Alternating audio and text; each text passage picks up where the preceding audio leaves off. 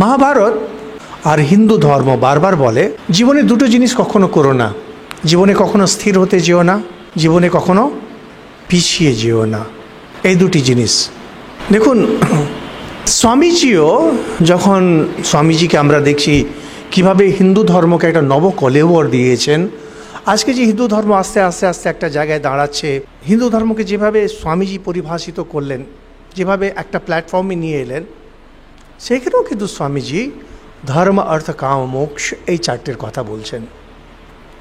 তিনি যে কোনো নতুন আদর্শের কথা বলছেন তা নয়, যে জিনিসটাকে না সবসময় এটা মনে রাখা দরকার যে হিন্দু ধর্ম কখনো কোনো মতে এই অনুমতি দেবে না যে আপনি কোথাও একটা দাঁড়িয়ে গেছেন কি আপনি পিছিয়ে যাচ্ছেন, আপনাকে এগোতে বলবে।